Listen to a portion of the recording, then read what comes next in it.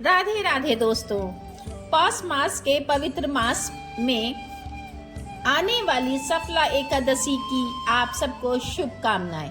आज इस पवित्र एकादशी की मंगल बेला में हम परम भागवत श्री हरि विष्णु से यही प्रार्थना करते हैं कि आज की एकादशी का पालन करने वाले आप सभी भक्तों के जीवन में सुख समृद्धि और उनकी अत्यंत विशेष दुर्लभ भक्तिमय सेवा आपको प्राप्त हो। एकादशी तिथि के विषय में कहा गया है कि एकादशी तिथि शिशु वृंद की रक्षा के लिए जननी के समान है। रोगियों के उद्धार के लिए वह औषधि के समान है और सभी लोगों की रक्षा करने के लिए ही उसका प्राकट्य हुआ है।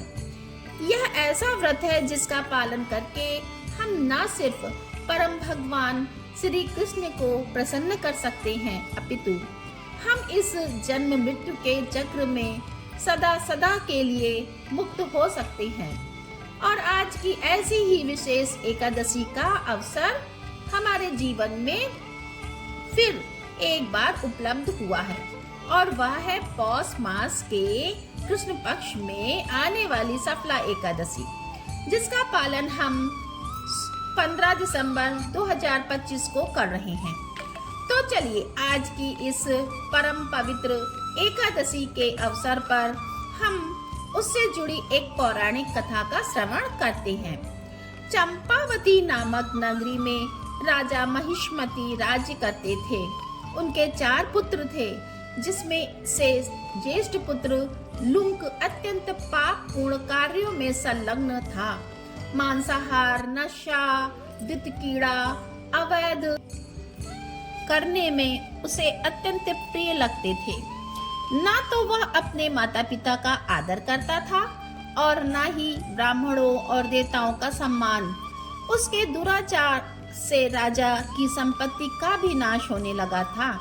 राजा महिष्मति ने उसे कई बार सुधारने का प्रयास भी किया और अवसर भी दिया, लेकिन कोई परिणाम नहीं आया। अंत में राजा ने उसका त्याग कर दिया और अब वह राज्य के बाहर वन में भटकने लगा। अब ना तो उसके पास कोई धन संपत्ति थी और ना ही रहने के लिए आवास। पूरा दिन जंगल में भटकता रहा। दिन में जंगली जानवरों का शिकार करके उनका मांस भक्षण करता। एक बरगद के पेड़ के नीचे रहता और रात्रि में नगर में जाकर चोरी और डकैती करता। इस प्रकार कई दिन और महीने बीत गए। आखिर एक दिन पौष मास की सफला एकादशी आई। दशमी की पूर्व संध्या को वह बरगद के पेड़ के नीचे सोने का प्रयास कर ही रहा था, लेकिन तीव्र ठंड और अल्प वस्त्र के कारण उसे नींद नहीं आई। शीतलहरों के कारण उसके दांत कपकपाने लगे और सूर्योदय होने तक वह अधमरा जैसा हो गया। अगले दिन एकादशी थी।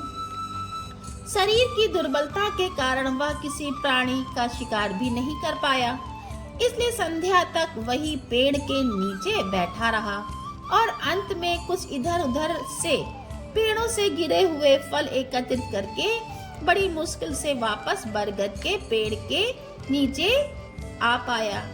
उस दिन न जाने क्यों, लेकिन वह अपने इस जीवन के लिए प्रायश्चित करने लगा था।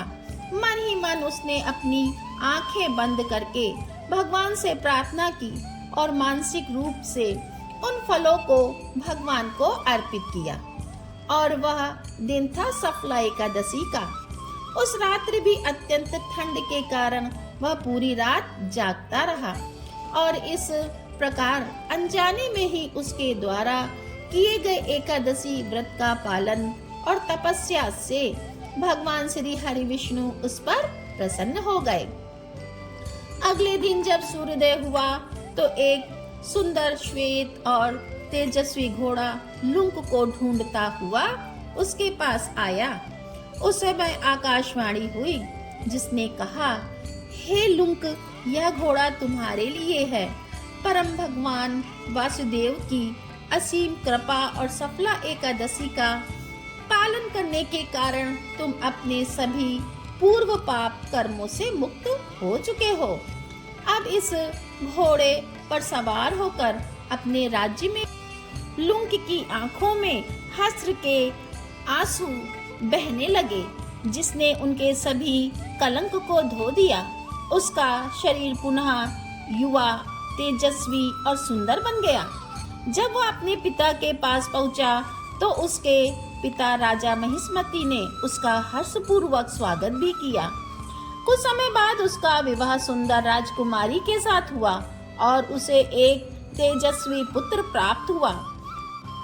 पिता के वानप्रस्थ आश्रम में जाने के बाद उसने कुशलता पूर्वक राज्य संभाला और जीवन के अंत में भागवत धाम को प्राप्त किया।